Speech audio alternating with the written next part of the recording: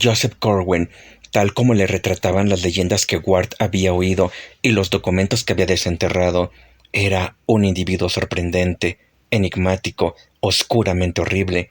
Había huido de Salem, trasladándose a Providence, aquel paraíso universal para personas raras, librepensadoras o disidentes, al comienzo del gran pánico provocado por la casa de brujas, temiendo verse acusado a causa de la vida solitaria que llevaba y de sus raros experimentos químicos o alquimistas. Era un hombre incoloro de unos 30 años de edad.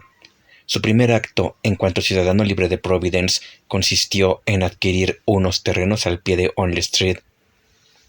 En ese lugar, que más tarde se llamaría Only Court, edificó una casa que sustituyó después por otra mayor que se alzó en el mismo emplazamiento y que aún hoy día continúa en pie. El primer detalle curioso acerca de Joseph Corwin es que no parecía envejecer con el paso del tiempo. Montó un negocio de transporte marítimo y fluvial, construyó un embarcadero cerca de Mile End Cove, ayudó a reconstruir el Puente Grande en 1713 y la iglesia congregacionista en 1723, y siempre conservó el aspecto de un hombre de 30 o 35 años. A medida que transcurría el tiempo, aquel hecho empezó a llamar la atención de la gente, pero Corwin lo explicaba diciendo que el mantenerse joven era una característica de su familia y que él contribuía a conservarla llevando una vida sumamente sencilla. Desde luego, nadie sabía cómo conciliar aquella pretendida sencillez con las inexplicables idas y venidas del reservado comerciante, ni con el hecho de que las ventanas de su casa estuvieran iluminadas a todas las horas de la noche, y se le empezó a atribuir otros motivos, su prolongada juventud y su longevidad. La mayoría opinaba que los incesantes cocimientos y mezclas de productos químicos que efectuaba Corwin tenían mucho que ver con su conservación. Se hablaba de extrañas sustancias que sus barcos traían de Londres o la India, o que él mismo compraba en Newport, Boston y Nueva York. Y cuando el anciano doctor James Bowen llegó de rebote y abrió su farmacia en la plaza del Puente Grande, se habló de las drogas, ácidos y metales que el taciturno solitario adquiría incesantemente en aquella botica. Dando por sentado que Corwin poseía una maravillosa y secreta habilidad médica, muchos enfermos acudieron a él en busca de ayuda, pero a pesar de que procuró alentar sin comprometerse aquella creencia y siempre dio alguna pócima de extraño colorido en respuesta a las peticiones, se observó que lo que recetaba a los demás rara vez producía efectos beneficiosos. Cuando habían transcurrido más de 50 años desde su llegada a Providence, sin que su rostro ni en su porte se hubiera producido cambio apreciable, las habladurías se hicieron más suspicaces, y la gente comenzó a compartir con respecto a su persona ese deseo de aislamiento que él había demostrado siempre. Cartas particulares y diarios íntimos de aquella época revelan también que existían muchos otros motivos por los cuales Joseph Corwin fue objeto primero de admiración, luego de temor y finalmente de repulsión por parte de sus conciudadanos. Su pasión por los cementerios, en los cuales podía vérsela a todas horas y bajo todas circunstancias, era notoria, aunque nadie había presenciado ningún hecho que pudiera relacionarle con vampiros. En Pauxteth Road tenía una granja, en la cual solía pasar el verano, y con frecuencia se le veía cabalgando hacia ella a diversas horas del día y de la noche. Sus únicos criados eran allí una adusta pareja de indios Narragansett, el marido mudo y con el rostro lleno de extrañas cicatrices, y la esposa con un semblante achatado y repulsivo, probablemente debido a una mezcla de sangre negra. En la parte trasera de aquella casa se encontraba el laboratorio, donde se llevaban a cabo la mayoría de los experimentos químicos. Los que habían tenido acceso a él para entregar botellas, sacos o cajas, se hacían lenguas de los fantásticos alambiques, crisoles y hornos que habían entrevisto en la estancia, y profetizaban en voz baja que el misántropo químico, vocablo que en boca de ellos significaba alquimista, no tardaría en descubrir la piedra filosofal.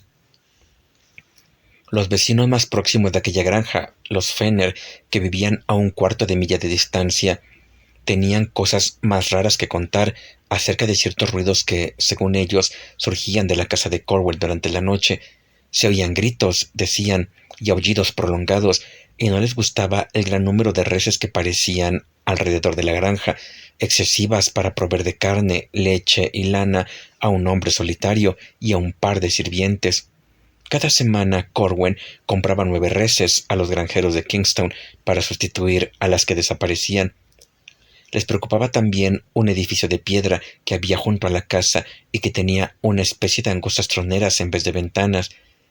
Los ociosos del Puente Grande tenían mucho más que decir, por su parte, de la casa de Corwin en Olney Court, no tanto de la que levantó en 1761, cuando debía contar ya más de un siglo de existencia, como de la primera, una construcción con una buhardilla sin ventanas y paredes de madera que tuvo buen cuidado de quemar después de su demolición.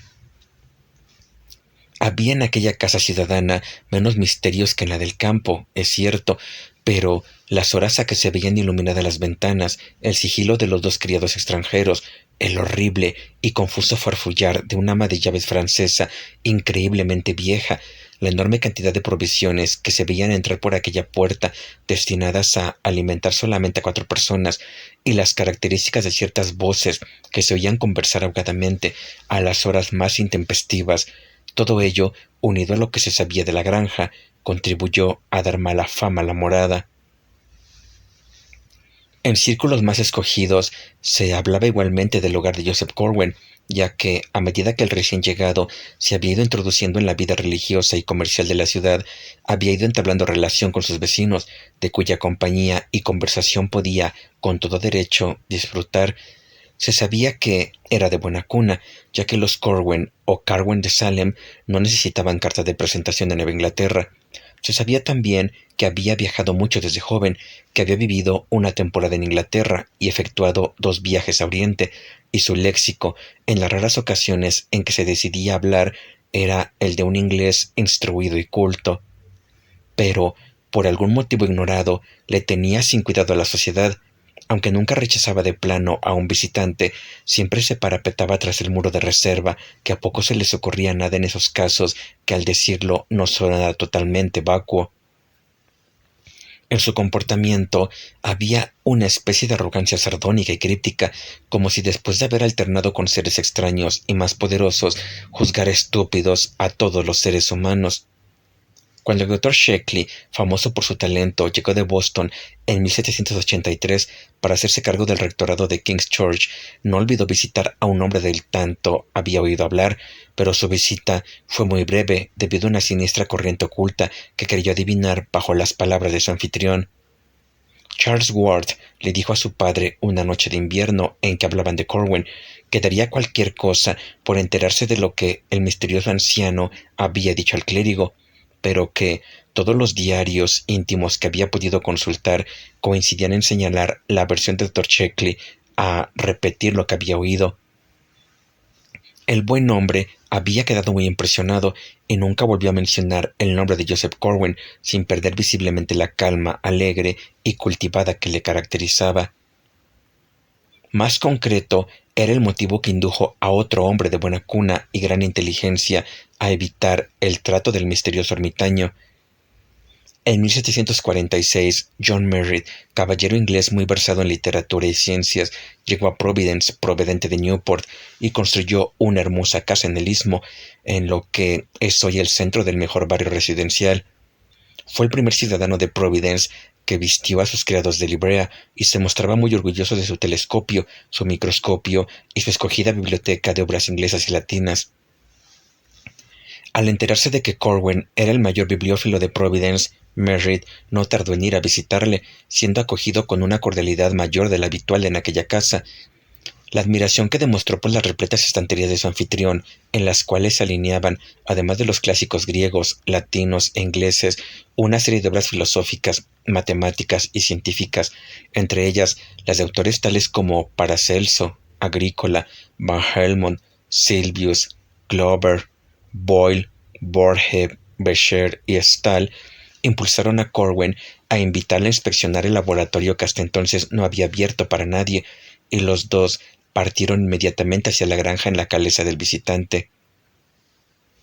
El señor Merritt dijo siempre que no había visto nada realmente horrible en la granja, pero que los títulos de los libros relativos a temas taumatúrgicos, alquimistas y teológicos que Corwin guardaba en la estantería de una de las salas habían bastado para inspirarle un temor imperecedero.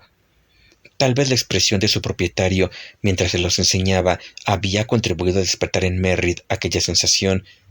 En la extraña colección, además de un puñado de obras conocidas, figuraban casi todos los cabalistas, demonólogos y magos del mundo entero. Era un verdadero tesoro en el dudoso campo de la alquimia y la astrología. La Turba Philosopharum de Hermes Trismegistus en la edición de Menrad y el Liber Investigationis de Heber, la clave de la sabiduría de Artefos, el cabalístico Zohar, el Ars Magna et Ultima de Raimundo Lulio en la edición de Cessner, el Thesaurus Chemicus de Roger Bacon, la Clavis Alchimiae de Flood y el de Lapid Filosófico de Trithemius se hallaban allí alineados, uno junto a otro. Judíos y árabes de la Edad Media estaban representados con profusión, y el señor Merritt palideció cuando al coger un volumen en cuya portada se leía el título de Canon e Islam, descubrió que se trataba en realidad de un libro prohibido, el Necronomicon del árabe loco Abdul al-Ashred, del cual había oído decir cosas monstruosas a raíz del descubrimiento de ciertos ritos indescriptibles en la extraña aldea de pescadores de Kingsport, en la Providencia de la bahía de Massachusetts. Pero, por extraño que parezca, lo que más inquietó al caballero fue un detalle sin importancia aparente. Sobre la enorme mesa de caoba había un volumen muy estropeado de Borellus con numerosas anotaciones marginales escritas por Corwin.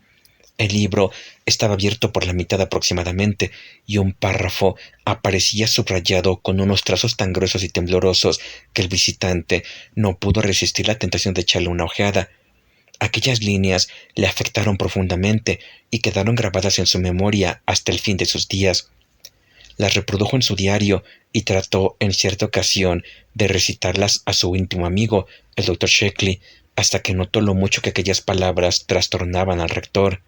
Decían: las sales de los animales pueden ser preparadas y conservadas, de modo que un hombre hábil puede tener toda el arca de Noé en su propio estudio y reproducir la forma de un animal a voluntad, partiendo de sus cenizas, y por el mismo método, partiendo de las sales esenciales del polvo humano, un filósofo puede, sin que sea nigromante delictiva, evocar la forma de cualquier antepasado muerto cuyo cuerpo haya sido incinerado. Sin embargo, las peores cosas acerca de Joseph Corwin se murmuraban en torno a los muelles de la parte sur de Town Street. Los marineros son gente supersticiosa, y aquellos curtidos lobos de mar que transportaban ron, esclavos y especias se santiguaban furtivamente cuando veían la figura esbelta y engañosamente juvenil de su patrón, con su pelo amarillento y sus hombros ligeramente encorvados, entrando en el almacén de Dublin Street o hablando con capitanes y contramaestres en el muelle donde atracaban sus barcos. Sus empleados le odiaban y temían, y sus marineros eran la escoria de la Martinica, la Habana o Port Royal. Hasta cierto punto, la parte más intensa y tangible del temor que inspiraba el anciano se debía a la frecuencia con que había de reemplazar a sus marineros. Una tripulación cualquiera bajaba a tierra con permiso, varios de sus miembros recibían la orden de hacer algún que otro encargo, y cuando se reunían para volver a bordo, casi indefectiblemente, faltaban uno o más hombres. Como la mayoría de los encargados estaban relacionados con la granja de Pauster Road y muy pocos eran los que habían regresado de aquel lugar, con el tiempo, Corwin se encontró con muchas dificultades para reclutar sus tripulaciones. Muchos de los marineros desertaban después de oír las habladurías de los muelles de Providence, y sustituirles en las Indias Occidentales llegó a convertirse en un serio problema para el comerciante. En 1760, Joseph Corwin era virtualmente un proscrito sospechoso de vagos horrores y demoníacas alianzas, mucho más amenazadoras por el hecho de que nadie podía precisarlas, ni entenderlas, ni mucho menos demostrar su existencia. La gota que vino a desbordar el vaso pudo ser muy bien el caso de los soldados desaparecidos en 1758. En marzo y abril de aquel año, 2 regimientos reales de paso para Nueva Francia fueron acuartelados en Providence, produciendo en su seno una serie de inexplicables desapariciones que superaban con mucho el número habitual de decepciones. Se comentaba en voz baja la frecuencia con que se veía Corwin hablando con los forasteros de Guerra Roja, y cuando varios de ellos desaparecieron, la gente recordó lo que sucedía habitualmente con los marineros de sus tripulaciones. Nadie puede decir qué habría sucedido si los regimientos no hubieran recibido al poco tiempo la orden de marcha. Entretanto, los negocios del comerciante prosperaban. Tenía un virtual monopolio del comerciante de la ciudad respecto al salitre, la pimienta negra y la canela, y superaba a todos los demás traficantes, excepto los Brown, en la importación de añil, algodón, lana, sal, hierro, papel, objetos de latón y productos manufacturados ingleses de todas clases. Almacenistas tales como James Green, dueño del establecimiento El Elefante de Cheapside, los Russell de El Águila Dorada, comercio situado al otro lado del puente, o Clark y Nightingale, propietarios del pescado y la sartén, dependían casi enteramente de él para aprovisionarse, mientras que sus acuerdos con las destilerías locales, queseros y creadores de caballos Narragansett y fabricantes de velas de Newport le convertían en uno de los primeros exportadores de la colonia. Decidido a luchar contra el ostracismo al que le habían condenado, comenzó a demostrar, al menos en apariencia, un gran espíritu cívico. Cuando el ayuntamiento se incendió, contribuyó generosamente a las rifas que se organizaron con el fin de recaudar fondos para la construcción del nuevo edificio, que aún hoy se alza en la antigua calle Mayor. Aquel mismo año, 1761, ayudó a reconstruir el Puente Grande después de la riada de octubre. Repuso muchos de los libros devorados por las llamas en el incendio del ayuntamiento y participó generosamente en las loterías, gracias a las cuales pudo dotarse a los alrededores del mercado y a Town Street de una calzada empedrada con su andén para peatones en el centro.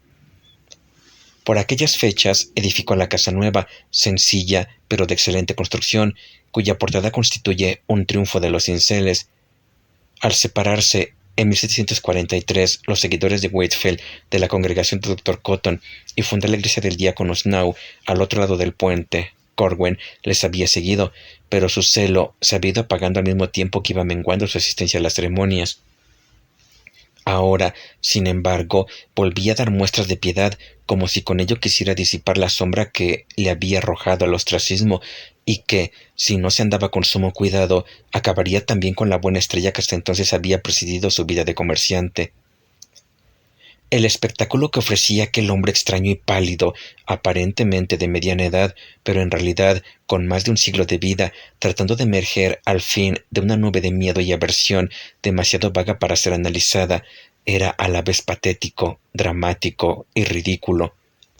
Sin embargo, tal es el poder de la riqueza y de los gestos superficiales que se produjo cierta remisión en la visible antipatía que sus vecinos le prodigaban, especialmente una vez que cesaron bruscamente las desapariciones de los marineros. Posiblemente rodeó también de mayor cuidado y sigilo sus expediciones a los cementerios, ya que no volvió a ser sorprendido nunca en tales andanzas, y lo cierto es que los rumores acerca de sonidos y movimientos misteriosos en relación con la granja de Pauster disminuyeron también notablemente. Su nivel de consumo de alimentos y de sustitución de reses siguió siendo anormalmente elevado, pero hasta fecha más moderna, cuando Charles Ward examinó sus libros de cuentas en la biblioteca Shipley, no se le ocurrió a nadie comparar el gran número de negros que Corwin importó de Guinea hasta 1766, con la cifra asombrosamente reducida de los que pasaron de sus manos a las de los tratantes de esclavos del Puente Grande o de los plantadores del condado de Narragansett. Ciertamente, aquel aborrecido personaje había demostrado una astucia y un ingenio inconcebibles en cuanto se había dado cuenta de que le era necesario ejercitar tanto la una como el otro. Pero, como es natural, el efecto de aquel cambio de actitud fue necesariamente reducido. Corwin siguió siendo detestado y evitado, probablemente a causa de la juventud que aparentaba a pesar de sus muchos años, y al final se dio cuenta de que su fortuna llegaría a resentirse de la generosidad con que trataba de granjearse el afecto de sus conciudadanos. Sin embargo, sus complicados estudios y experimentos, cualesquiera que fuesen, exigían al parecer grandes sumas de dinero, y, dado que un cambio de ambiente le habría privado de las ventajas comerciales que había alcanzado en aquella ciudad, no podía trasladarse a otra para empezar de nuevo. El buen juicio señalaba la conveniencia de mejorar sus relaciones con los habitantes de Providence, de modo que su presencia no diera lugar a que se interrumpieran las conversaciones y se creara una atmósfera de tensión e intranquilidad. Sus empleados, reclutados ahora entre los parados e indigentes, a quienes nadie quería dar empleo, le causaban muchas preocupaciones, y si lograba mantener a su servicio a capitanes y marineros era solo porque había tenido la astucia de adquirir ascendientes sobre ellos por medio de una hipoteca, una nota comprometedora o alguna información de tipo muy íntimo. En muchas ocasiones, y como observaban espantados los autores de algunos diarios privados, Corwin demostró poseer facultades de brujo al descubrir secretos familiares para utilizarlos en beneficio suyo. Durante los últimos 5 años de su vida, se llegó a pensar que esos datos que manejaba de un modo tan cruel solo podía haberlos reunido gracias a conversaciones directas con los muertos. Así fue como por aquella época llevó a cabo un último y desesperado esfuerzo por ganarse las simpatías de la comunidad. Misógino hasta entonces, decidió contraer un ventajoso matrimonio, tomando por esposa a alguna dama cuya posición hiciera imposible la continuación de su ostracismo, aunque es probable que tuviera motivos más profundos para desear dicha alianza, motivos tan ajenos a la esfera cósmica conocida que sólo los documentos hallados 150 años después de su muerte hicieron sospechar de su existencia. Naturalmente, Corwin se daba cuenta de que cualquier cortejo por su parte sería recibido con horror e indignación, y en consecuencia buscó una candidata sobre cuyos padres pudiera él ejercer la necesaria presión. Mujeres adecuadas no eran fáciles de encontrar, puesto que Corwin exigía para la que habría de ser su esposa unas condiciones especiales de belleza, prendas personales y posición social. Al final, sus miradas se posaron en el hogar de uno de sus mejores y más antiguos capitanes, un viudo de muy buena familia, llamado Dottie Tillinghast, cuya única hija, Elisa, parecía reunir todas las cualidades deseadas. El capitán Tillinghast estaba completamente dominado por Corwin, y, después de una terrible entrevista en su casa de la colina de Power Lane, consintió en aprobar la monstruosa alianza. Elisa Tillinghast tenía en aquellos días 18 años y había sido educada todo lo bien que la reducida fortuna de su padre permitiera. Había asistido a la escuela de Stephen Jackson y había sido también diligentemente instruida por su madre en las artes y refinamientos de la vida doméstica. Un ejemplo de su habilidad para las labores puede admirarse todavía en una de las salas de la Sociedad Histórica de Rhode Island. Desde el fallecimiento de la señora Tillinghast, ocurrido en 1757, a causa de la viruela, Elisa se había hecho cargo del gobierno de la casa, ayudada únicamente por una anciana negra. Sus discusiones con su padre a propósito de la petición de Corwin debieron ser muy penosas, aunque no queda constancia de ellas en los documentos de la época. Lo cierto es que rompió su compromiso con el joven Ezra Whedon, segundo oficial del carguero Enterprise de Crawford, y que su unión con Joseph Corwin tuvo lugar el 7 de marzo de 1763 en la iglesia baptista y en presencia de la mejor sociedad de la ciudad. La ceremonia fue oficiada por el vicario Samuel Winson y la Gazette se hizo eco del acontecimiento con una breve reseña que, en la mayoría de los ejemplares del periódico correspondiente a aquella fecha y archivado en distintos lugares, parecía haber sido cortada o arrancada. Ward encontró un ejemplar intacto después de mucho rebuscar en los archivos de un coleccionista particular y observó entonces con regocijo la vaguedad de los términos con que estaba redactada la nota. El pasado lunes por la tarde, el señor Joseph Corwin, vecino de esta villa, comerciante, contrajo matrimonio con la señorita Elisa Tillinghast, hija del capitán Dottie Tillinghast, joven de muchas virtudes, dotada además de gran belleza. Hacemos votos por su perpetua felicidad. La correspondencia Dorothy-Arnold, descubierta por Charles Ward poco antes de que presentara los primeros síntomas de locura en el Museo Particular de Melville Earl Peters en Georgia Street, y que cubre aquel periodo y otro ligeramente anterior, arroja vívida luz sobre la ofensa al sentimiento público que causó aquella disparatada unión. Sin embargo, la influencia social de los Tillinghast era innegable, y así, una vez más, Joseph Corwin vio frecuentado su hogar por personas a las cuales nunca hubiera podido inducir de otro modo a que cruzarse en el umbral de la casa. No se le aceptó totalmente, ni mucho menos, pero sí se levantó la condena al ostracismo a que se le había sometido. En el trato de que hizo objeto a su esposa, el extraño novio asombró a la comunidad y a ella misma, portándose con el mayor miramiento y obsequiándola con toda clase de consideraciones. La nueva mansión de Olney Court estaba ahora completamente libre de manifestaciones inquietantes, y aunque Corwin acudía con mucha frecuencia a la granja de Pausted, que, dicho sea de paso, su esposa no visitó jamás, parecía un ciudadano mucho más normal que en cualquier otra época de su residencia en Providence. Solo una persona seguía abrigando hacia él abierta hostilidad, el joven que había visto roto tan bruscamente su compromiso con Eliza Tillinghast. Ezra Whedon había jurado vengarse, y a pesar de su temperamento normalmente apacible, alimentaba un odio en su corazón que no presagiaba nada bueno para el hombre que le había robado la novia. El 7 de mayo de 1765 nació la que había de ser única hija de Corwin, Anne, que fue bautizada por el reverendo John Graves de King's Church, iglesia que frecuentaban los dos esposos desde su matrimonio como fórmula de compromiso entre sus respectivas afiliaciones congregacionista y baptista. El certificado de aquel nacimiento, así como el de la boda celebrada 2 años antes, había desaparecido de los archivos eclesiásticos y municipales. Ward consiguió localizarlos tras grandes dificultades una vez que hubo descubierto el cambio de apellido de la viuda y una vez que se despertó en él aquel febril interés que culminó en su locura. El de nacimiento apareció por una feliz coincidencia, como resultado de la correspondencia que mantuvo con los herederos del Dr. Graves, quien se había llevado un duplicado de los archivos de su iglesia al abandonar la ciudad a comienzos de la Guerra de la Independencia. Ward había recurrido a ellos porque sabía que su tatarabuelo, Anne Tillinghast, había sido episcopalista. Poco después del nacimiento de su hija, acontecimiento que pareció recibir con un entusiasmo que contrastaba con su habitual frialdad, Corwin decidió posar para un retrato.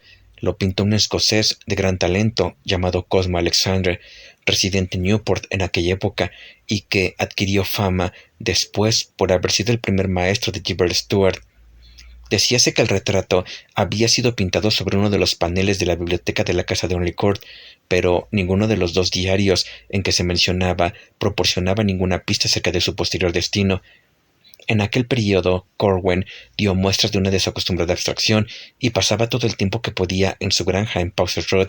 Se hallaba continuamente, al parecer, en un estado de excitación o ansiedad reprimidas, como si esperase que fuera a ocurrir en cualquier momento algún acontecimiento de fenomenal importancia, o como si estuviese a punto de hacer algún extraño descubrimiento.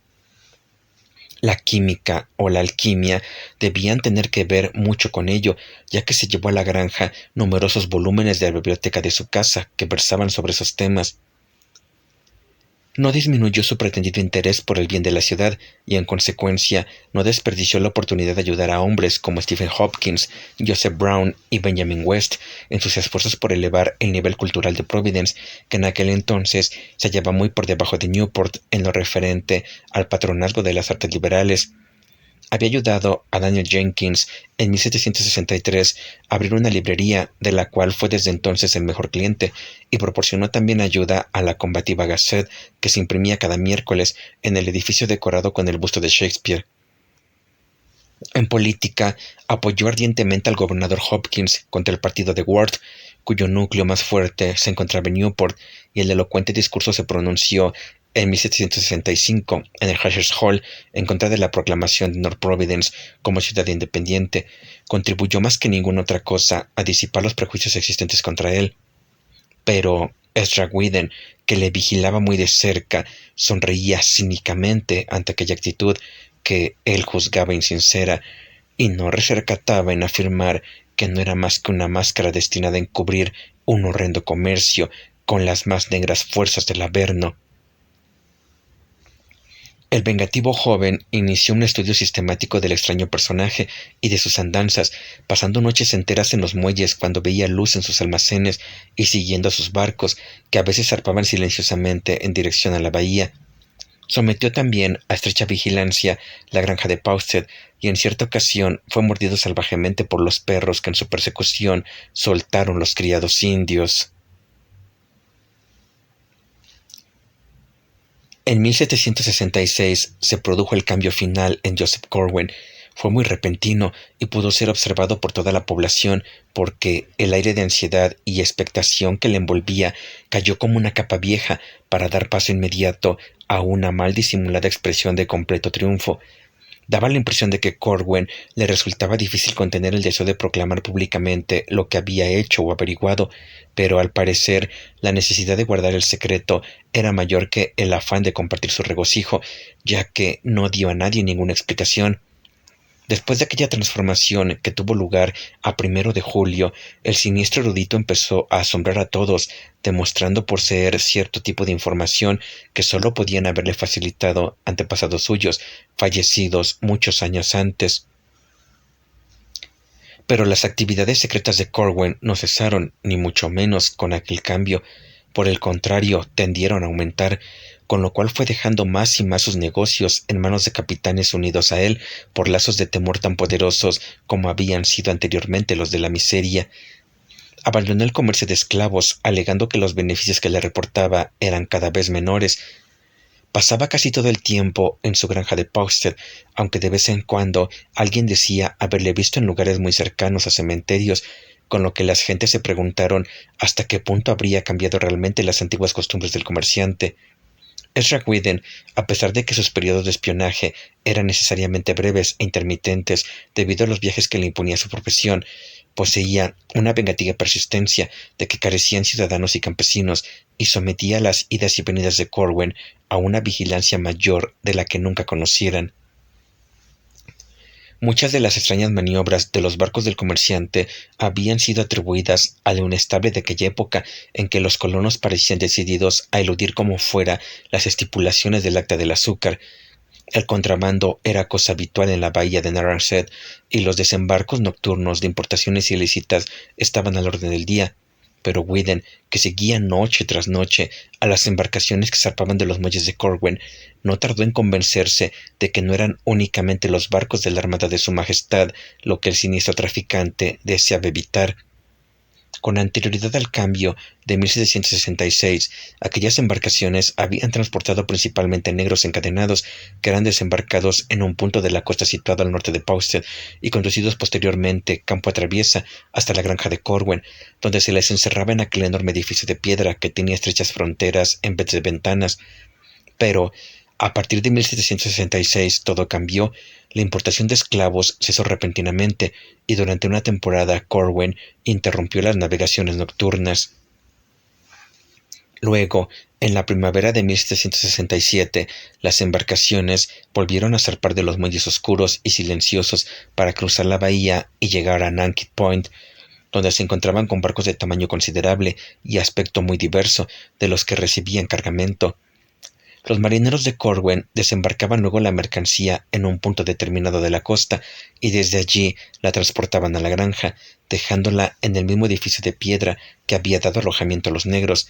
El cargamento consistía casi enteramente en cajones, de los cuales gran número tenía una forma oblonga, forma que recordaba ominosamente la de los ataúdes. Whedon vigilaba la granja con incansable asiduidad, visitándola noche tras noche durante largas temporadas.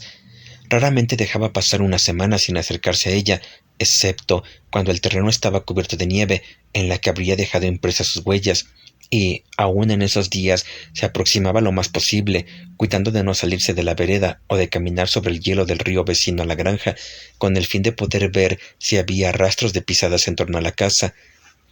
Para no interrumpir la vigilancia durante las ausencias que le imponía su trabajo, se puso de acuerdo con un amigo que solía beber con él en la taberna, un tal Eleazar Smith, que desde entonces le sustituyó en su tarea. Entre los dos pudieron haber hecho circular rumores extraordinarios, y si no lo hicieron fue solamente porque sabían que publicar ciertas cosas habría tenido el efecto de alertar a Corwin, haciéndoles imposible toda investigación posterior, cuando lo que ellos querían era enterarse de algo concreto antes de pasar a la acción. De todos modos, lo que averiguaron debió ser realmente sorprendente. En más de una ocasión dijo Chatsworth a sus padres cuánto lamentaba que Whedon hubiese quemado su cuaderno de notas. Lo único que se sabe de sus descubrimientos es lo que Eleazar Smith anotó en un diario, no muy coherente por cierto, y lo que otros autores de diarios íntimos y cartas repitieron después tímidamente. es decir, que la propiedad campestre era solamente tapadera de una peligrosa amenaza cuya profundidad escapaba a toda comprensión. Se cree que Whedon y Smith quedaron convencidos al poco tiempo de comenzar sus investigaciones de que por debajo de la granja se extendía una red de catacumbas y túneles habitados por numerosas personas, además del viejo indio y su esposa. La casa era una antigua reliquia del siglo XVII, con una enorme chimenea central y ventanas romboides y enrejadas, y el laboratorio se hallaba en la parte norte, donde el tejado llegaba casi hasta el suelo. El edificio estaba completamente aislado, pero, a juzgar por las distintas voces que se oían en su interior a las horas más inusitadas, debía llegarse a él a través de secretos pasadizos subterráneos. Aquellas voces, hasta 1766, consistían en murmullos y susurros de negros mezclados con gritos espantosos y extraños cánticos o invocaciones. A partir de aquella fecha se convirtieron en explosiones de furor frenético, ávidos jadeos y gritos de protesta proferidos en diversos idiomas, todos ellos conocidos por Corwin, que provocaban réplicas teñidas, en muchos casos, de un acento de reproche o de amenaza. A veces parecía que había varias personas en la casa: Corwin, varios prisioneros y los guardianes de estos. Había acentos que ni Whedon ni Smith habían oído jamás, a pesar de su extenso conocimiento de puertos extranjeros, y otros que identificaban como pertenecientes a una u otra nacionalidad. Sonaba aquello como una especie de catequesis, o como si Corwin estuviera arrancando cierta información a unos prisioneros aterrorizados o rebeldes. Había recogido Whedon en su cuaderno, al pie de la letra, fragmentos de conversaciones en inglés, francés y español, las lenguas que él conocía y que con más frecuencia utilizaba, pero ninguna de aquellas notas se había conservado. Afirmaba el mismo Whedon que, aparte de algunos diálogos relativos al pasado de varias familias de Providence, la mayoría de las preguntas y respuestas que pudo entender se referían a cuestiones históricas o científicas, a veces pertenecientes a épocas y lugares muy remotos. En cierta ocasión, por ejemplo, un personaje que se mostraba a ratos enfurecido y a ratos adusto fue interrogado acerca de la matanza que llevó a cabo el Príncipe Negro en Limoges en 1370, como si la masacre hubiera obedecido a un motivo secreto que él debiera conocer. Corwin le preguntó al prisionero, si es que era prisionero, si el motivo había sido el hallazgo del signo de la cabra en el altar de la vieja cripta romana citada bajo la catedral, o el hecho de que el hombre oscuro del Alto Aquelarre de Viena hubiera pronunciado las tres palabras. Al no obtener respuesta a sus preguntas, el inquisidor recurrió, al parecer, a medidas extremas, ya que se oyó un terrible alarido seguido de un extraño silencio y el ruido de un cuerpo que caía. Ninguno de aquellos coloquios tuvo testigos oculares, ya que las ventanas estaban siempre cerradas y veladas por cortinas. Sin embargo, en cierta ocasión, durante un diálogo mantenido en un idioma desconocido, Whedon vio una sombra a través de una cortina que le dejó asombrado y que le recordó a uno de los muñecos de un espectáculo que había presenciado en el Hatcher's Hall en el otoño de 1764, cuando un hombre de Harmontown, Pensilvania, había dado una representación anunciada como Vista de la famosa ciudad de Jerusalén, en la cual están representadas Jerusalén, el templo de Salomón, su trono real, las famosas torres y colinas, así como los sufrimientos de nuestro Salvador desde el huerto de Getsemaní hasta la cruz del Gólgota, una valiosa obra de imaginería digna de verse. Fue en aquella ocasión cuando el oyente, que se había acercado más de la cuenta a la ventana de la sala donde tenía lugar la conversación, dio un respingo que alertó a la pareja de indios, los cuales le soltaron los perros. Desde aquella noche no volvieron a oírse más conversaciones en la casa, y Whedon y Smith llegaron a la conclusión de que Corwin había trasladado su campo de acción a las regiones inferiores. Que tales regiones existían parecía un hecho cierto. Débiles gritos y gemidos surgían de la tierra de vez en cuando, en lugares muy apartados de la vivienda y cerca de la orilla del río, a espaldas de la granja, y allí, donde el terreno descendía suavemente hasta el valle del Paustead, se encontró, oculta entre arbustos, una puerta de roble en forma de arco y encajada en un marco de pasada mampostería que constituía evidentemente la entrada a unas cavernas abiertas bajo la colina. Whedon no podía decir cuándo ni cómo habían sido construidas aquellas catacumbas, pero sí se refería con frecuencia a la facilidad con que por el río podían haber llegado hasta aquel lugar grupos de trabajadores. Era evidente que Joseph Corwin encomendaba a sus marineros las más variadas tareas. Durante las intensas lluvias de la primavera de 1769, los dos jóvenes vigilaron atentamente las empinadas márgenes del río para comprobar si las aguas ponían al descubierto algún secreto soterrado, y su paciencia se vio recompensada con el espectáculo de una profesión de huesos humanos y de animales en aquellos lugares donde el agua había excavado unas profundas depresiones. Naturalmente, el hallazgo podía tener diversas explicaciones, dado que en la granja cercana se criaba ganado y que por aquellos parajes abundaban los cementerios indios, pero Whedon y Smith prefirieron sacar del descubrimiento sus propias conclusiones. En enero de 1770, mientras Whedon y Smith se devanaban inútilmente los sesos tratando de encontrar una explicación a aquellos desconcertantes sucesos, ocurrió el incidente de Fortaleza. Exasperado por la quema del buque aduanero Liberty, ocurrida en Newport el verano anterior, el almirante Wallace, que mandaba la flota encargada de la vigilancia de aquellas costas, ordenó que se extremara el control de los barcos extranjeros, a raíz de lo cual el cañonero de Su Majestad Signet capturó tras corta persecución a la chalana Fortaleza de Barcelona, España, al mando del capitán Manuel Arruda. La chalana había zarpado, según el diario de navegación de El Cairo, Egipto, con destino a Providence. Cuidadosamente registrada en busca de material de contrabando, la chalana reveló el hecho asombroso de que su cargamento consistía exclusivamente en momias egipcias consignadas a nombre de marinero A. B. C., quien debía acudir a recoger la mercancía a la altura de Nanky Point y cuya identidad al capitán Arruda se negó a revelar. El vicealmirante Court de Newport, no sabiendo qué hacer ante la naturaleza de aquel cargamento que, si bien no podía ser calificado de contrabando, tampoco se atenía por el secreto con que era transportado a las normas legales, dejó a la chalana en libertad, prohibiéndole atracar en las aguas de Rhode Island. Más tarde circuló el rumor de que había sido vista a la altura de Boston, aunque nunca llegó a entrar en aquel puerto. El extraño incidente fue muy comentado en Providence, y pocos fueron los que dudaron que existiera alguna relación entre el extraño cargamento de momias y el siniestro Joseph Corwin. Nadie que supiera de sus exóticos estudios, extrañas importaciones de productos químicos, a más de la afición que sentía por los cementerios, necesitó mucha imaginación para conectar su nombre con un cargamento que no podía ir destinado a ningún otro habitante de Providence. Probablemente, apercibido de aquella lógica sospecha, Corwin procuró dejar caer en varias ocasiones ciertas observaciones acerca del valor químico de los bálsamos contenidos en las momias, pensando quizá revestir así el asunto de cierta normalidad, pero sin admitir jamás que tuviera participación alguna en él. Whedon y Smith no tuvieron por su parte ninguna duda acerca del significado del incidente y continuaron elaborando las más descabelladas teorías respecto a Corwin y sus monstruosos trabajos. Durante la primavera siguiente, al igual que había sucedido el año anterior, llovió mucho, y con tal motivo los dos jóvenes sometieron a estrecha vigilancia la orilla del río, situada a espaldas de la granja de Corwin. Las aguas arrastraron gran cantidad de tierra y dejaron al descubierto cierto número de huesos, pero no quedó a la vista ningún camino subterráneo.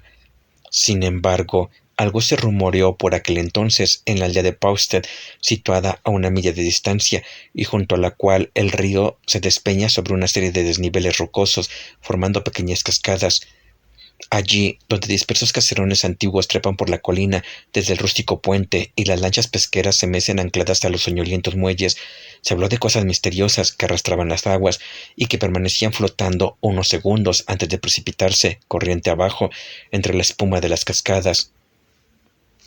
Cierto que el Paustead es un río muy largo que pasa a través de regiones habituadas en las que abundan los cementerios, y cierto que las lluvias primaverales habían sido muy intensas, pero a los pescadores de los alrededores del puente no les gustó la horrible mirada que les dirigió uno de aquellos objetos, ni el modo en que gritaron otros, que habían perdido toda semejanza con las cosas que habitualmente gritan. Whedon estaba ausente por entonces, pero los rumores llegaron a oídos de Smith, que se apresuró a dirigirse a la orilla del río, donde halló evidentes vestigios de amplias excavaciones. No había quedado al descubierto, sin embargo, la entrada a ningún túnel, sino muy al contrario, una pared sólida, mezcla de tierra y ramas recogidas más arriba. Smith empezó a cavar en algunos lugares, pero se dio por vencido al ver que sus intentos eran vanos, o quizá al temer que pudieran dejar de serlo. Habría sido interesante ver lo que habría hecho el obstinado y vengativo Whedon de haberse encontrado allí en esos momentos. En el otoño de 1770, Whedon decidió que había llegado el momento de hablar a otros de sus descubrimientos, ya que poseía un gran número de datos y disponía de un testigo ocular para desvirtuar la posible acusación de que los celos y el afán de venganza le habían hecho imaginar cosas que no existían. Como primer confidente, escogió al capitán James Murchison de la Enterprise, que por una parte le conocía lo suficiente para no dudar de su veracidad, y por otra tenía la suficiente influencia en la ciudad para hacerse escuchar a su vez con respeto. La conversación tuvo lugar cerca del puerto, en una habitación de la parte alta de la taberna de Sabine, y en presencia de Smith, que podía corroborar cada una de las afirmaciones de Whedon. El capitán Murchison quedó sumamente impresionado. Como casi todo el mundo en la ciudad albergaba sus sospechas acerca del siniestro Joseph Corwin, de modo que aquella confirmación y ampliación de datos le bastó para convencerse totalmente. Al final de la conferencia estaba muy serio y requirió a los dos jóvenes para que guardaran absoluto silencio. Dijo que él se encargaría de transmitir separadamente la información a los ciudadanos más cultos e influyentes de Providence, de recabar su opinión y de seguir el consejo que pudieran ofrecerle. En cualquier caso, era esencial la mayor discreción, ya que el asunto no podía ser confiado a las autoridades de la ciudad, y convenía que no llegara a oídos de la excitable multitud para evitar que se repitiera aquel espantoso pánico de Salem, ocurrido hacía menos de un siglo, y que había provocado la huida de Corwin de aquella ciudad. Las personas más indicadas para conocer el caso eran, en su opinión, el doctor Benjamin West, cuyo estudio sobre el último tránsito de Venus demostraba que era un auténtico erudito, así como un agudo pensador; el reverendo James Manning, rector de la universidad, que había llegado hacía poco de Warren y se hospedaba provisionalmente en la nueva escuela de King Street, en espera de que terminaran su propia vivienda en la colina que se elevaba sobre la Presbyterian Lane; el exgobernador Stephen Hopkins, que había sido miembro de la Sociedad Filosófica de Newport y era hombre de amplias miras; John Carter, editor de la Gazette; los cuatro hermanos Brown, John, Joseph, Nicholas y Moses, magnates de la localidad; el anciano doctor James Bowen, cuya erudición era considerable y tenía información de primera mano acerca de las extrañas adquisiciones de Corwin; y el capitán Abraham Whipple, un hombre de fenomenal energía, con el cual podía contarse si había que tomar alguna medida activa. Aquellos hombres, si todo iba bien, podían reunir finalmente para llevar a cabo una deliberación colectiva, y en ellos recaía la responsabilidad de decidir si había que informar o no al gobernador de la colonia, Joseph Wanton, residente en Newport, antes de adoptar ninguna medida.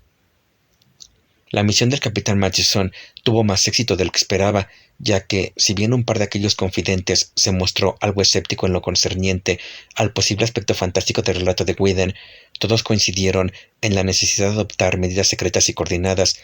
Era evidente que Corwin constituía una amenaza en potencia para el bienestar de la ciudad y de la colonia, amenaza que había que eliminar a cualquier precio. A finales de diciembre de 1770, un hombre de eminentes ciudadanos se reunieron en casa de Stephen Hopkins y discutieron las medidas que podían adoptarse. Se leyeron con todo cuidado las notas que Whedon había entregado al capitán Murchison, y tanto Whedon como Smith fueron llamados a presencia de la asamblea para que las confirmaran y añadieran algunos detalles. Algo parecido al miedo se apoderó de todos los allí presentes antes de que terminara la conferencia, pero a él se sobrepuso una implacable decisión que el capitán Whipple se encargó de expresar verbalmente con su pintoresco léxico. No informarían al gobernador, porque era evidente la necesidad de una acción extraoficial. Si Corwin poseía efectivamente poderes ocultos, no podía invitársele por las buenas a que abandonara la ciudad, pues tal invitación podía acarrear terribles represalias. Por otra parte, y en el mejor de los casos, la expulsión del siniestro individuo solo significaría el traslado a otro lugar de la amenaza que representaba. La ley era por entonces letra muerta, y aquellos hombres que durante tantos años habían burlado a las fuerzas reales no eran de los que se amilanaban fácilmente cuando el deber requería su intervención en cuestiones más difíciles y delicadas. Decidieron que lo mejor sería que una cuadrilla de soldados avesados sorprendiera a Corwin en su granja de Pausted y le dieran ocasión para que se explicara. Si quedaba demostrado que era un loco que se divertía imitando voces distintas, le encerrarían en un manicomio. Si se descubría algo más grave y los secretos soterradores resultaban ser realidad, le matarían a él y a todos los que le rodeaban. El asunto debía llevarse con la mayor discreción, y en caso de que Corwin muriera, no se informaría de lo sucedido ni a la viuda ni al padre de ésta. Mientras se discutían aquellas graves medidas, ocurrió en la ciudad un incidente tan terrible e inexplicable que durante algún tiempo no se habló de otra cosa en varias millas a la redonda. Una noche del mes de enero resonaron por los alrededores nevados del río, colina arriba, una serie de gritos que atrajeron multitud de cabezas sonolientas a todas las ventanas. Los que vivían en las inmediaciones de West Point vieron entonces una forma blanca que se lanzaba frenéticamente al agua en el claro que se abre delante de la cabeza del turco. Unos perros aullaron a lo lejos, pero sus aullidos se apagaron en cuanto se hizo audible el clamor de la ciudad despierta. Grupos de hombres con linternas y mosquetones salieron para ver qué había ocurrido, pero su búsqueda resultó infructuosa. Sin embargo, a la mañana siguiente, un cuerpo gigantesco y musculoso fue hallado completamente desnudo en las inmediaciones de los muelles meridionales del Puente Grande, entre los hielos acumulados junto a la destilería de Abbott. La identidad del cadáver se convirtió en tema de interminables especulaciones y habladurías. Los más viejos intercambiaban furtivos murmullos de asombro y de temor, ya que aquel rostro rígido, con los ojos desorbitados por el terror, despertaba en ellos un recuerdo, el de un hombre muerto hacía ya más de 50 años. Ezra Whedon presenció el hallazgo y, recordando los ladridos de la noche anterior, se adentró por Wilson Street y por el puente de Muddy Dock en dirección al lugar de donde procedía el sonido. Cuando llegó al límite del barrio habitado, al lugar donde se iniciaba la carretera de Pausted, no le sorprendió hallar huellas muy extrañas en la nieve. El gigante desnudo había sido perseguido por perros y por muchos hombres que calzaban pesadas botas, y el rastro de los canes y sus dueños podía seguirse fácilmente. Habían interrumpido la persecución, temiendo acercarse demasiado a la ciudad. Whedon sonrió torvamente y decidió seguir las huellas hasta sus orígenes. Partían, como había supuesto, de la granja de Joseph Corwin, y habría seguido su investigación de no haberse visto tantos rastros de pisadas en la nieve. Dadas las circunstancias, no se atrevió a mostrarse demasiado interesado a plena luz del día. El doctor Whedon, a quien Whedon informó inmediatamente de su descubrimiento, llevó a cabo la autopsia del extraño cadáver y descubrió unas peculiaridades que le desconcertaron profundamente. El tubo digestivo no parecía haber sido utilizado nunca, en tanto que la piel mostraba una tosquedad y una falta de trabazón que el galeno no supo a qué atribuir. Impresionado por lo que los ancianos susurraban acerca del parecido de aquel cadáver con el herrero Daniel Green, Whedon procuró averiguar dónde habían enterrado a Green. Aquella noche, un grupo de 10 hombres visitó el antiguo cementerio del norte y excavó la fosa. Tal como Whedon había supuesto, la encontraron vacía. Mientras tanto, se había dado aviso a los portadores del correo para que interceptaran la correspondencia del misterioso personaje, y poco después del hallazgo de aquel cuerpo desnudo, fue a parar a manos de la Junta de Ciudadanos interesados en el caso una carta escrita por un tal Jedediah Orne, vecino de Salem, que les dio mucho que pensar. Charles Ward encontró un fragmento de dicha misiva reproducida en el archivo privado de cierta familia. Decía lo siguiente: «Satisfáceme en extremo que continúe su merced el estudio de las viejas materias a su modo y manera, y mucho dudo que el señor Hutchinson de Salem obtuviera mejores resultados. Ciertamente, fue muy grande el espanto que provocó en él la forma que evocara, a partir de aquello de lo que pudo conseguir solo una parte. No tuvo los efectos deseados lo que su merced nos envió, ya fuera porque faltaba algo, o porque las palabras no eran las justas y adecuadas, bien porque me equivocara yo al escribirlas, bien porque se confundiera su merced al copiarlas. Tal cual estoy, solo, no hallo qué hacer, carezco de los conocimientos de química necesarios para seguir a Borellus, y no acierto a descifrar el libro 7 del Necronomicon que me recomendó. Quiero encomendarle que observe en todo momento lo que su merced nos encareció, a saber que ejercite gran cantidad respecto a quien evoca, y tenga siempre presente lo que el señor Mater escribió en sus acotaciones a en que representa verazmente tan terrible cosa. Encarézcole no llama a su presencia a nadie que no pueda dominar, es decir, a nadie que pueda conjurar a su vez algún poder contra el cual resulten ineficaces sus más poderosos recursos. Es menester que llame a las potencias menores, no sea que las mayores no quieran responderle o le excedan en poder. Me espanta saber que conoce su merced cuál es el contenido de la caja de ébano de Bernsarsnattic, porque de la noticia deduzco quién le reveló el secreto. Ruégole otra vez que se dirija a mí utilizando el nombre de Gedeia y no el de Simón. Peligrosa es esta ciudad para el hombre que quiere sobrevivir, y ya tiene conocimiento su merced de mi plan, por medio del cual volví al mundo bajo la forma de mi hijo. Ardo en deseos de que me comunique lo que Silvanus Codicus reveló al hombre negro en su cripta bajo el muro romano, y le agradeceré me envíe el manuscrito de que me habla. Otra misiva, esta procedente de Filadelfia y carente de firma, provocó igual preocupación, especialmente el siguiente pasaje. Tal como me encarece su merced, le enviaré las cuentas solo por medio de sus naves, aunque nunca sé con certeza cuándo esperar su llegada. Del asunto de que hablamos necesito únicamente una cosa más, pero quiero estar seguro de haber entendido exactamente todas sus recomendaciones. Díceme que para conseguir el efecto deseado no debe faltar parte alguna, pero bien sabe su merced cuán difícil es proveerse de todo lo necesario. Juzgo tan trabajoso como peligroso sustraer la caja entera, y en las iglesias de la villa, ya sea la de San Pedro, la de San Pablo, la de Santa María o la del Santo Cristo, es de todo punto imposible llevarlo a cabo, pero sé bien que lo que lograra evocar en octubre pasado tenía muchas imperfecciones y que pudo utilizar innumerables especímenes hasta dar en 1666 con la forma adecuada. Por todo ello, reitero que me dejaré guiar en todo momento por las instrucciones que tengo a bien darme su merced. Espero impaciente la llegada de su bergantín y pregunto todos los días en el muelle del señor Biddle. Una tercera carta, igualmente sospechosa, estaba escrita en idioma extranjero y con alfabeto desconocido. En el diario que luego hallara Charles Ward, Smith había reproducido torpemente una determinada combinación de caracteres que vio repetida en ella varias veces. Los especialistas de la Universidad de Brown determinaron que tales caracteres correspondían al alfabeto amárico o abisinio, pero no lograron identificar la palabra en cuestión. Ninguna de las tres cartas llegó jamás a manos de Corwin, aunque el hecho de que Jedediah Horn desapareciera al poco tiempo de Salem demuestra que los conjurados de Providence habían tomado ciertas medidas con toda discreción.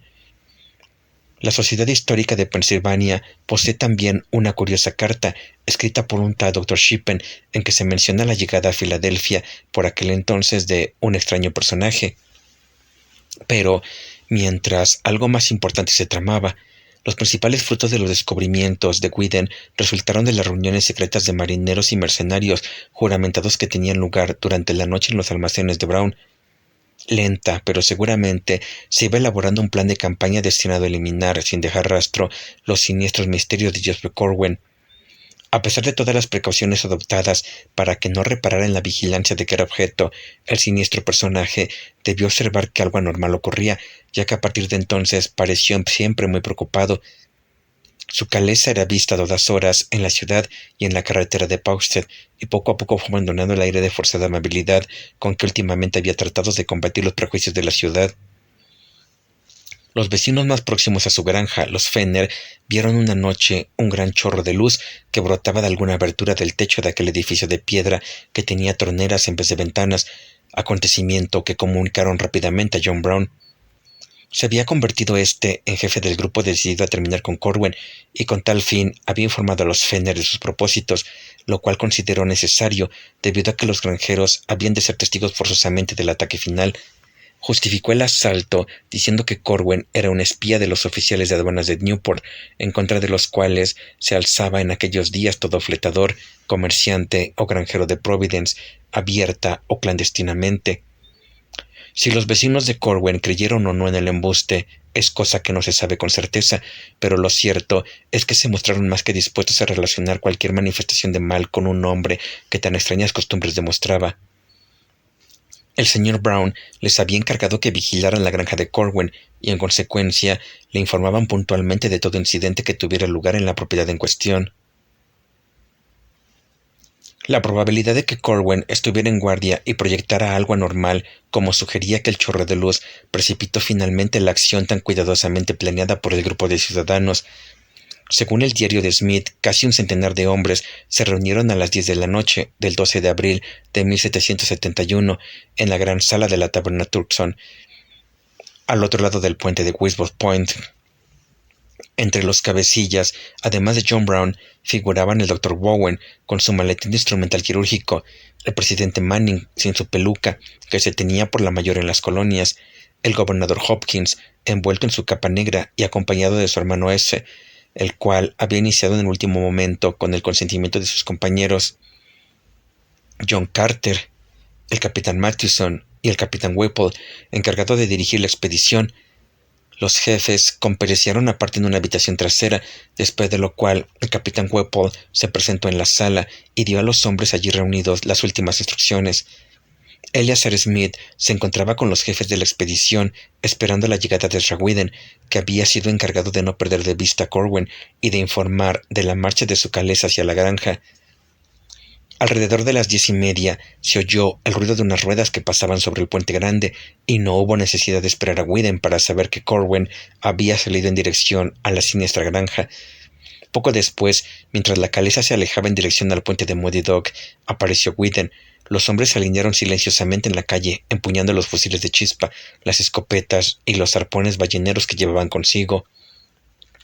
Whedon y Smith formaban parte del grupo, y de los ciudadanos deliberantes se encontraban allí dispuestos a servirse activo al capitán Whipple en calidad de jefe de la expedición, el capitán S. Hopkins, John Carter, el presidente Manning, el capitán Mathewson y el Dr. Bowen, junto con Moses Brown, que había hallado a las 11 y estaba ausente, por lo tanto, de la sesión preliminar en la taberna.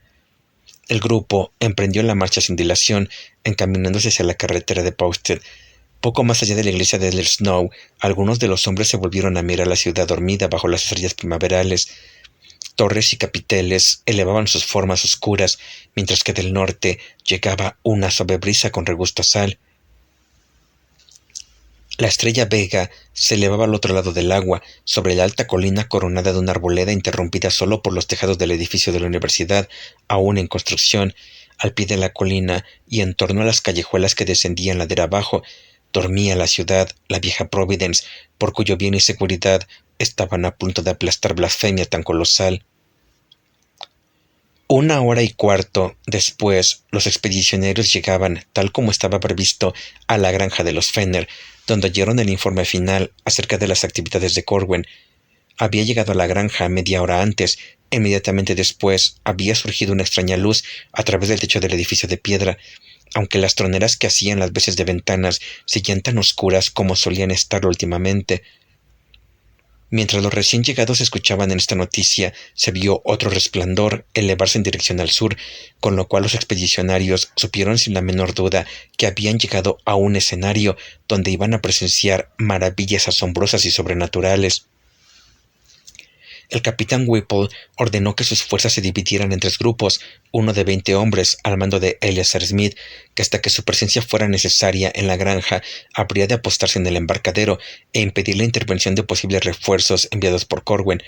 Un segundo grupo, de otros tantos hombres, dirigidos por el capitán S. Hopkins, que se encargaría de penetrar por el valle del río, situado a espaldas de la granja, y de derribar con hachas o pólvora en caso necesario la puerta de roble descubierta por Whedon, y un tercer grupo que atacaría de frente la granja y el edificio contiguo.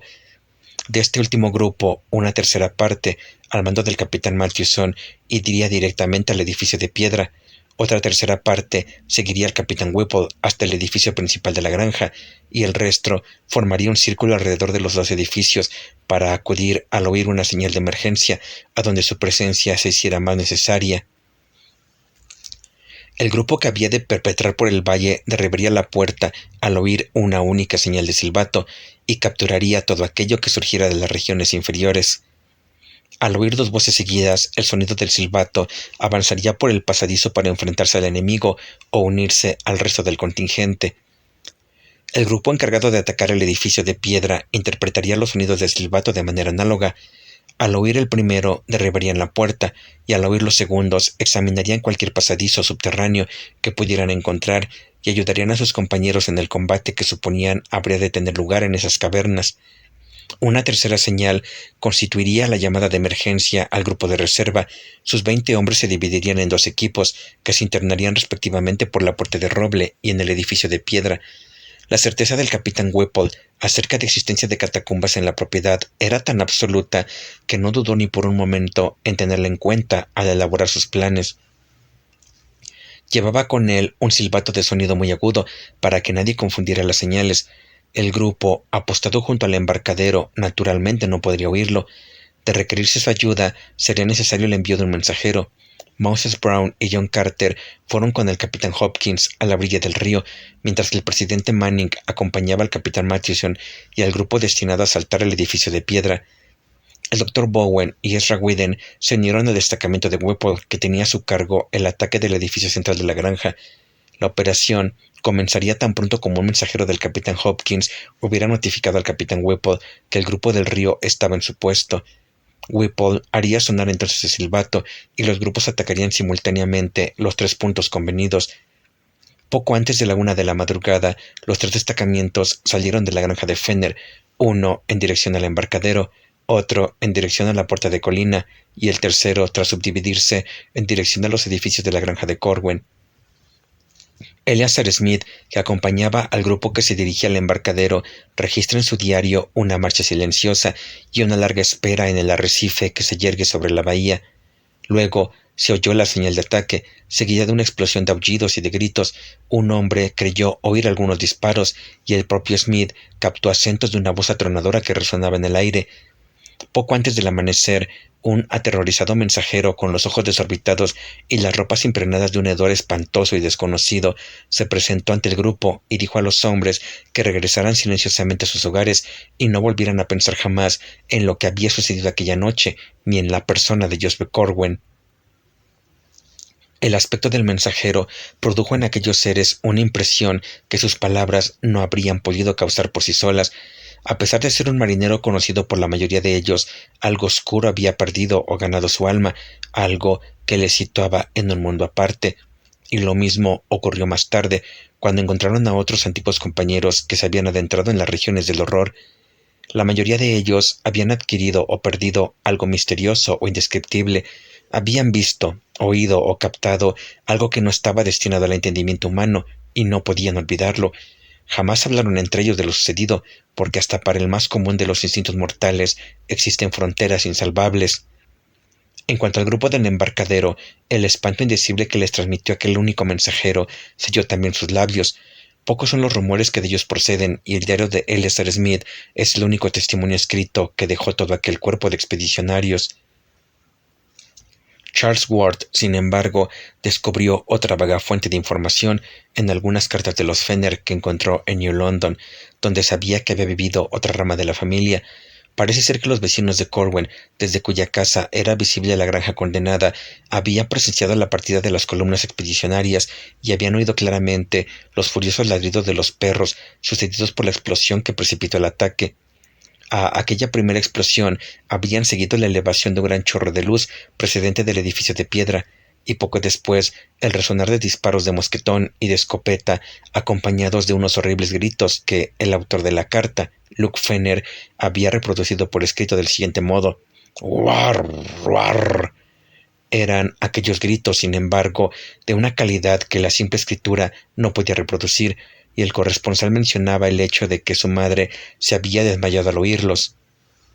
Más tarde se repitieron con menor fuerza, mezclados esta vez con otros disparos y una sorda explosión que tuvo lugar al otro lado del río. Alrededor de 1 hora después, todos los perros empezaron a ladrar espantosamente, y la tierra pareció estremecerse hasta el punto de que los candelabros oscilaron sobre la repisa de la chimenea. Se percibió un intenso olor a azufre, y según el padre de Luke Fenner, fue entonces cuando se oyó la tercera señal, es decir, la de emergencia, aunque el resto de la familia no llegó a percibirla.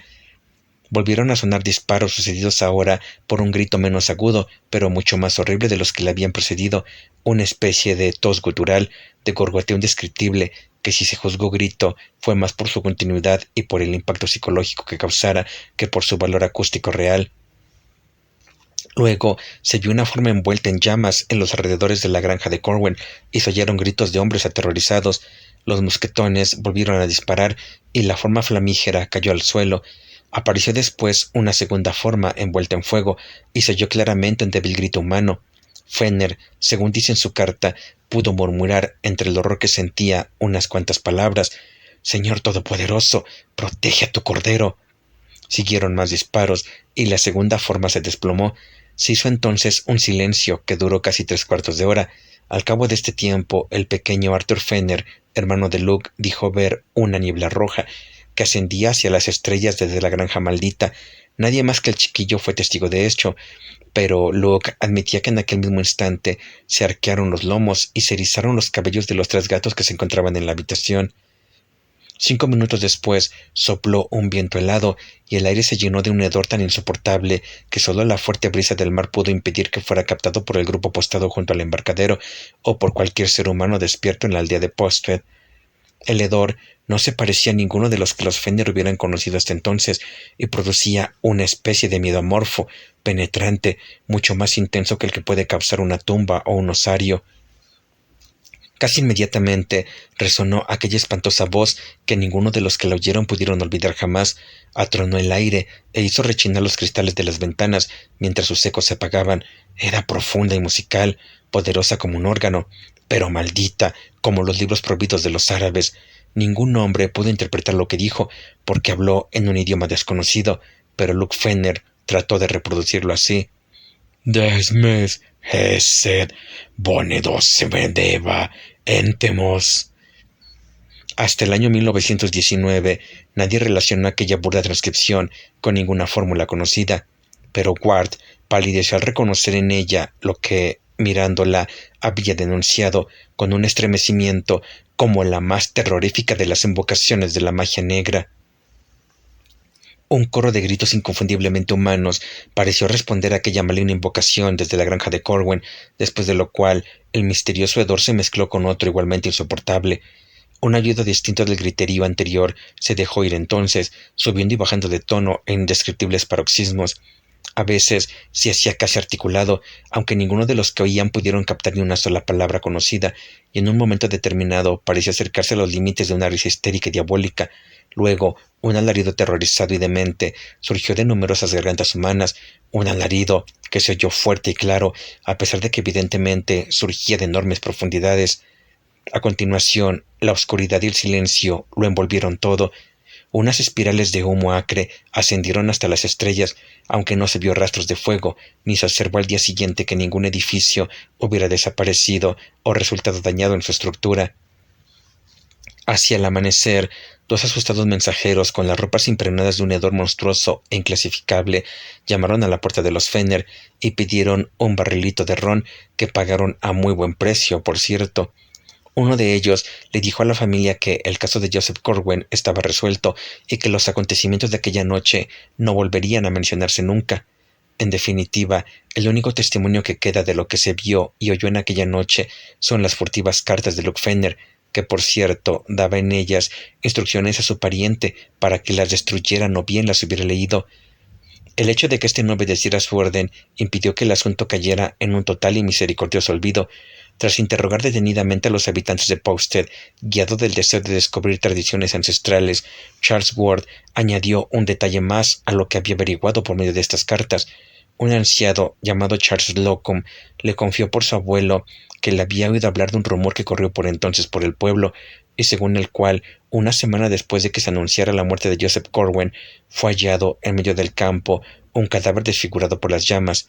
Lo sorprendente de este rumor era que ese cuerpo, en la medida que podía deducirse del estado en que se hallaba, no era ni enteramente humano, ni semejante a ningún animal de que vecino alguno de Pauxwell tuviera la menor noticia. Ninguno de los hombres que participaron en aquella terrible expedición volvió a decir jamás una sola palabra acerca de ella, y los vagos datos que se conocen hoy proceden de personas ajenas al grupo de conjurados. Hay algo estremecedor en el cuidado con que los expedicionarios destruyeron todo lo que aludía de cerca o de lejos al asunto. 8 marineros resultaron muertos, pero aunque los cuerpos no fueron entregados nunca a sus familiares, estos quedaron satisfechos con la explicación de que habían tenido un enfrentamiento con los aduaneros. La misma explicación justificó los numerosos caos de heridas, todas ellas atendidas y vendadas por los Dr. James Bowen, que había acompañado a la expedición. Más difícil de explicar resultó aquel hedor indecible adherido al cuerpo de todos los expedicionarios, cosa que se comentó durante semanas enteras. De los cabecillas de aquella partida, el capitán Whipple y Moses Brown resultaron gravemente heridos. Varias cartas escritas por sus esposas atestiguan el desconcierto que produjo en ellas la reticencia de sus maridos respecto a sus vendajes. Lo cierto es que todos los participantes recibieron una fuerte impresión. Por suerte, eran hombres de acción y de convicciones religiosas simples y ortodoxas, pues de haber sido más introspectivos y dados a las complicaciones mentales, sin duda habrían caído enfermos. El más afectado fue el presidente Manning, pero incluso él llegó, según parece, a superar aquellos negros recuerdos a base de plegarias. Todos los jefes de aquella expedición intervinieron más tarde en hechos decisivos, y es probable, muy afortunado, que así fuera. Poco más de un año después de aquel asalto, el capitán Whipple encabezó el grupo que incendió la nave aduanera Gaspé, hallada, que sin duda contribuyó a borrar el recuerdo de las terribles imágenes que pudieran sobrevivir en su memoria. A la viuda de Joseph Corwin le fue entregado un ataúd sellado, de plomo y de raro diseño, que había sido hallado en la granja y que contenía, según dijeron, el cadáver de su marido. Le explicaron que había muerto en lucha con los aduaneros y que no convenía dar más detalles acerca del acontecimiento. Nadie se atrevió a hablar del fin de Joseph Corwin y Charles Ward contó con un solo indicio para elaborar su teoría. Ese indicio era vago en extremo y consistía en un pasaje subrayado de aquella carta que Jedediah Orne había enviado a Corwin, carta que había sido confiscada y que Whedon había copiado en parte. Dicha copia se lleva ahora en posesión de los descendientes de Smith, y a nosotros nos toca decidir si Whedon se la entregó a su compañero después del ataque a la granja, como testimonio de la normalidad de lo que había ocurrido, o si, como es más probable, Smith la tenía ya en su poder anteriormente y la había subrayado después de sacar a su amigo, interrogándole sabiamente. El pasaje subrayado decía: «Encarézcole, no llame a su presencia a nadie que no pueda dominar, es decir, a nadie que pueda conjurar a su vez algún poder contra el cual resulten ineficaces sus más poderosos recursos». A la luz de este pasaje, y pensando en los enemigos innombrables que un hombre acosado podía invocar en su ayuda, Charles Ward pudo muy bien preguntarse si fue en verdad algún ciudadano de Providence quien mató a Joseph Corwin. La eliminación deliberada de todo lo que en los anales de Providence pudiera recordar al muerto quedó grandemente facilitada por la influencia de los cabecillas de la expedición. Si bien estos no se propusieron en un primer momento ser tan exhaustivos, ocultaron a su viuda, al padre y a la hija de éste la verdad de lo ocurrido, pero el capitán Tillinghast era hombre astuto, y no tardaron en llegar a sus oídos rumores que le llenaron de horror y le impulsaron a solicitar el cambio de nombre para su hija y para su nieta. Quemó además la biblioteca de su yerno y todos los documentos y borró la inscripción que figuraba en la lápida de su tumba. Conocía perfectamente al capitán Whipple y probablemente logró extraer de aquel rudo marinero más información que ninguna otra persona acerca del misterioso fin del siniestro brujo. A partir de entonces, se trató por todos los medios de borrar la memoria de Corwin, tarea que llegó a alcanzar, por común acuerdo, a los archivos oficiales de la ciudad y a los de la Gazette. Solo puede comprarse aquel afán en espíritu al baldón que recayó sobre el nombre de Oscar Wilde durante la década siguiente a su desgracia y en extensión a la suerte de aquel pecador rey de Runagurt del cuento de Lord Dunsany, al cual los dioses condenaron no solamente a dejar de ser, sino también a dejar de haber sido. La señora Tillinghast, nombre con que se conoció a la viuda a partir de 1772, vendió la casa de Donley y vivió con su padre en Powers Lane hasta su fallecimiento, ocurrido en 1817. La granja de Powsted, rehuida por todos, permaneció solitaria a lo largo de los años y empezó a desmoronarse con increíble rapidez. En 1780 solo quedaban en pie las paredes de piedra y de mampostería, y en 1800 el lugar era un montón de ruinas. Nadie osaba traspasar la barrera de arbustos que se alzaba en la ladera donde se había descubierto la puerta de roble, ni nadie trató en mucho tiempo de hacerse una idea definitiva del escenario que vio Joseph Corwin partir de los horrores que él mismo había provocado. Solo se oyó en cierta ocasión al capitán Whipple murmurar para su capote: «¡Maldito sea ese! No tenía derecho a reír mientras gritaba. Era como si el muy tuviera algún secreto. No quemé su casa por un pelo».